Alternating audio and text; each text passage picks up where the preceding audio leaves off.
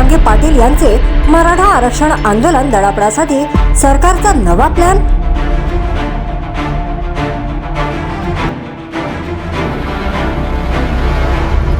मराठा आरक्षणाचे नेते मनोज जरांगे पाटील यांनी आणखी एक नवीन गौप्यस्फोट केलाय.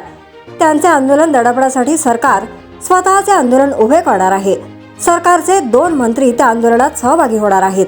याबाबत मुख्यमंत्री देवेंद्र फडणवीस यांच्यासोबत 2 मंत्र्यांची चर्चा झाल्याची माहिती एक मंत्र्याने आपणास दिल्याचा दावा मनोज जरांगे यांनी केलाय. काय म्हणाले मनोज जरांगे?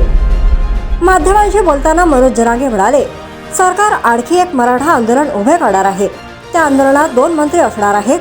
12 ते 13 दिवस आमरण उपोषण करणार आहेत. त्यातील एक मंत्र्यांनी मला ही माहिती दिली. त्यानंतर 14 दिवसानंतर मुख्यमंत्र्यांसोबत बैठक लावणार आहेत. मंत्र्यांना सोबत घेत सरकार नवे मराठा आरक्षण आंदोलन उभे करण्याच्या तयारीत आहे, असा गौप्यस्फोट मनोज जरांगे पाटील यांनी केलाय. मंगळवारपर्यंत देवेंद्र फडणवीस आरक्षणाचा मार्ग काढतील. हैदराबाद, बॉम्बे आणि सातारा गॅझेट लागू करतील, असा विश्वास मनोज जरांगे पाटील यांनी व्यक्त केलाय. ते म्हणाले, तिन्ही गॅझेट मंगळवारपर्यंत देवेंद्र फडणवीस लागू करतील अशी मला आशा आहे. शिंदे समितीकडे 7 महिन्यांपासून गॅझेटचा विषय आहे, त्यामुळे याबाबत अभ्यास झालाय. 15 दिवसात सगळा अभ्यास होतो, असं जरांगे यांनी म्हटलंय. सुरेश धस यांच्यावर पक्षाचा दबाव.